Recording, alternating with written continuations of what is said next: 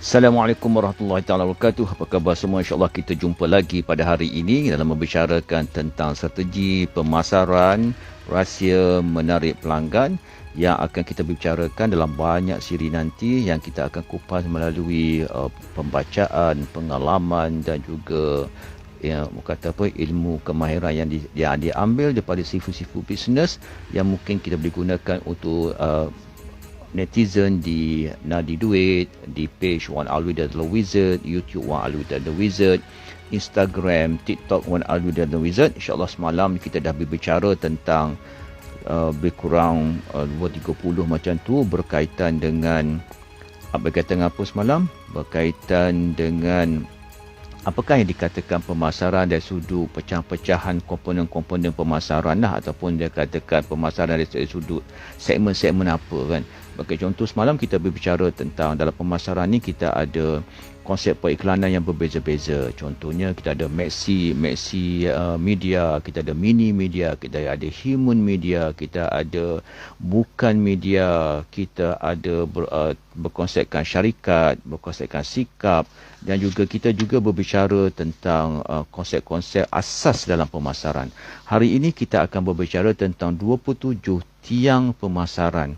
Maknanya kalau kita nak buat pemasaran, tak boleh tidak kita kena masukkan tiang-tiang ini dalam pemasaran kita supaya pemasaran kita menjadi lebih disukai oleh pelanggan-pelanggan dan juga dia menjadikan pemasaran kita menjadi.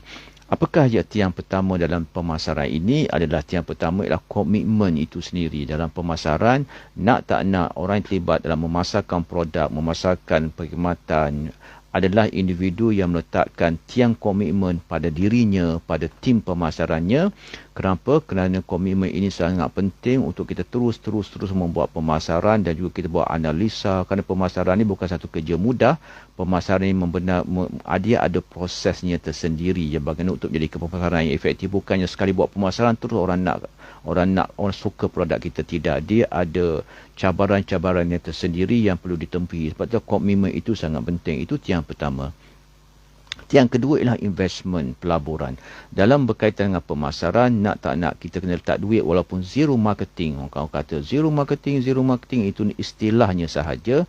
Hakikatnya tetap juga ada duit. Macam juga free marketing. Walaupun free marketing bagi info. Nak info kadang-kadang nak gunakan laptop juga ada duit. Kita nak gunakan tablet juga kena beli. Nak guna handphone juga mempunyai duit. Nak guna mic, nak guna speaker, nak guna macam-macam, nak beli program dah. Semuanya ada duit, tetapi dia tidak memerlukan perbelanjaan yang besar. Sebab tu dalam investment dia ada investment yang kecil, investment yang besar dan investment yang masa yang panjang. Sebab itulah setengah sifu pemasaran menyatakan dalam dunia pemasaran investment ialah tidak boleh lebih daripada 20% daripada jumlah jualan. Itu pun satu kita kena tengok jugalah.